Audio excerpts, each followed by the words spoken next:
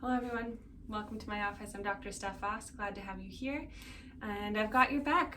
Today we're going to be doing just a quick talk through and demonstration of my very favorite exercise, one that I recommend to a lot of my patients. It's a simple tennis ball massage. So the reason this isn't going to be total follow along video is because the real magic of a tennis ball massage, there's a lot of ways to do it. A lot of people use it like a foam roller and really like grind around on the tennis ball.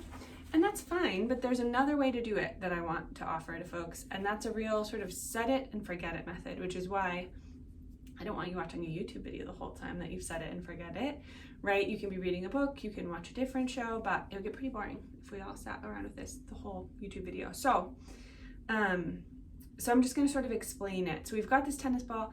I keep one in my car, honestly, but I also keep one near the couch at home because you just want to make it easy. So start by leaving your tennis ball in a place where your dog won't steal it from you, and where it's really easy to just grab it and go. Now, the way we're going to use this tennis ball is you can put this just about anywhere. You want to be on something that's a little squishy. So I'm using my table that has some squish, but like I said, like the seat in my car is often squishy enough. Couches are great as long as they're not too mushy. You can also do this in bed. There are some where it's helpful to lie on your front or be lying all the way down on your back. And it's really just as simple as finding a place where the tennis ball is really meeting like a meaty part of the muscle. So this is why like hips, glutes are all great. So if I were gonna be doing this, I had some computer work to do, right? I could sit here, tuck this under, and find a spot where you're like, oh yeah, a little bit of a trigger point or something.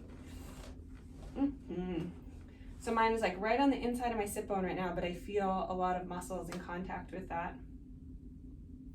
And then I would leave this here for like 3 to 5 minutes. And the idea is just to let the muscle melt. So everything else should be comfortable. This shouldn't be painful. You shouldn't be like, oh, when is this going to be over? It's almost like you can forget that it's there. Just go on with everything else. Nothing else is tensed.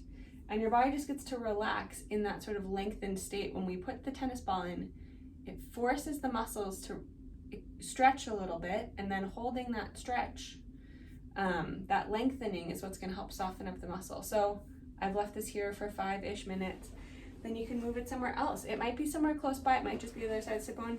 You can do this down the back of your hamstrings. You can do this if you're laying down or have the right kind of support. You can use it against your back, right? So the tennis ball is here, and I could be laying down.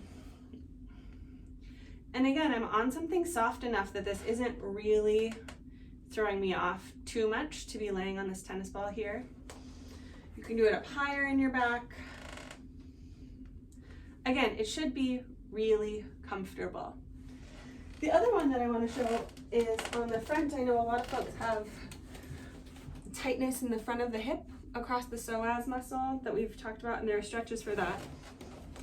And so you can actually take your tennis ball, put it on the front of the hip, and then get it on those spots. And there are a couple different spots. Oh yeah.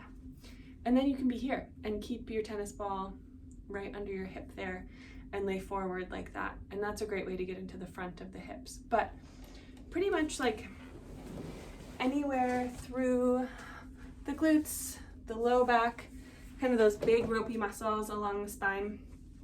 I haven't had a lot of success myself, but you might trying to get it up onto like your traps, on your neck. This tends to be just a little aggressive for that, and because of the way that those muscles sort of wrap over the top, it's hard to get gravity exactly on that point to work with us. But that's the talk through the tennis ball massage.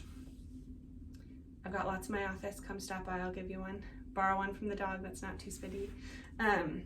Yeah, it's a really, really great tool, and you can't really do it too much. Like just play around with it, feel a lot of freedom, feel a lot of confidence. Like you can't totally do it wrong. You know, maybe if it's like just on a bone instead of on a muscle, it's not gonna be as effective, but it sounds like not much, and it may feel like nothing's really happening, but it's cool after you've left it in a spot for a while, and then, you know, your 3 to 5 minutes, then you take it out and you're like, whoa, that's different. So it's kind of fun to stop and notice how your body's feeling with that. So that's a tennis ball massage. Nothing terribly revolutionary, but if you yeah, can get into the habit of trying this and doing this, I think you'll be really pleasantly surprised with what you can do. So thanks so much for taking good care of yourself. As always, if you have questions or want to learn more, you can head over to drstephos.com. And remember, bodies are meant to be enjoyed. Thanks.